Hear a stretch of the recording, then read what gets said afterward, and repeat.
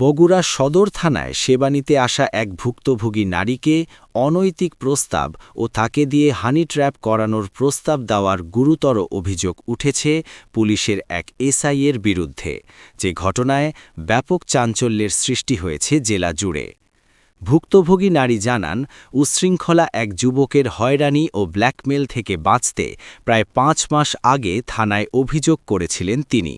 কিন্তু সমাধানের নামে তদন্তকারী কর্মকর্তা বগুড়া সদর থানার তৎকালীন উপপুলিশ পরিদর্শক মুস্তাফিজুর রহমান উল্টো তাঁকেই ভয়ভীতি প্রদর্শন করে ঘুষ গ্রহণ করেন। সাময়িকভাবে অভিযুক্ত ছেলের হাত থেকে রেহাই পেলেও তার স্থানে তাকে প্রতিনিয়ত ফোন আর বার্তা পাঠিয়ে বিরক্ত করতে থাকেন সেই এসআই।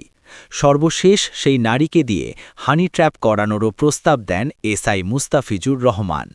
ভুক্তভোগী নারী বলেন, আমার তো লিখিত অভিযোগ ছিল, তারপরেও আমার মোবাইলে তো প্রমাণ আছে, ঘটনাটা ঘটে গেছে, আপনি সেটা মীমাংসা করেন। তখন উল্টা উনি ওই অভিযুক্তর পক্ষ নেয়, আমার ফ্যামিলিকে বিভিন্নভাবে ভয় দেখায়। মুস্তাফিজ আমাকে বিভিন্নভাবে ফোন এসএমএস, প্রথম ফোনটাই ছিল রাত 12:49 মেসেজ, হাই হ্যালো কেমন আছো, তোমার সাথে কথা বলতে চাই। আমি ওনার সাথে রুম ডেটে গেলে আমাকে অনেক টাকা দিয়ে বিয়ে করে দিতে পারবে উনি। আপনি কি চান, আপনি যেটা চান সেটাই করে দেব, মানে যত রকমের অনৈতিক প্রস্তাব আছে উনি আমাকে সব অফার করেন। কুলকিনারা না পেয়ে ভুক্তভোগী এই নারী বগুড়া পুলিশ সুপারের কাছে লিখিত অভিযোগ করলে জানাজানি হয় এই ঘটনা।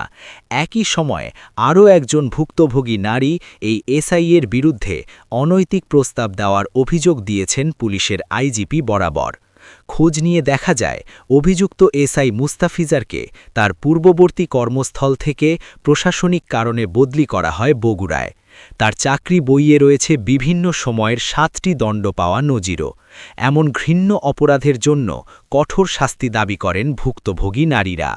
অভিযোগের বিষয়ে এসআই মুস্তাফিজারের সাথে কথা বলতে তার বর্তমান কর্মস্থল বগুড়ার ধুপুত থানায় গেলে পাওয়া যায়নি তাকে। পরে বেশ কয়েকবার মুঠোফোনে কল করলে অভিযুক্ত সেই এসআই নিজেকে নির্দোষ দাবি করে সেই নারীর ওপরেই দোষ চাপান, যদিও প্রতিবেদকের কোনো প্রশ্নের উত্তর না দিয়েই কল কেটে দেন তিনি। News desk, Feni voice 24।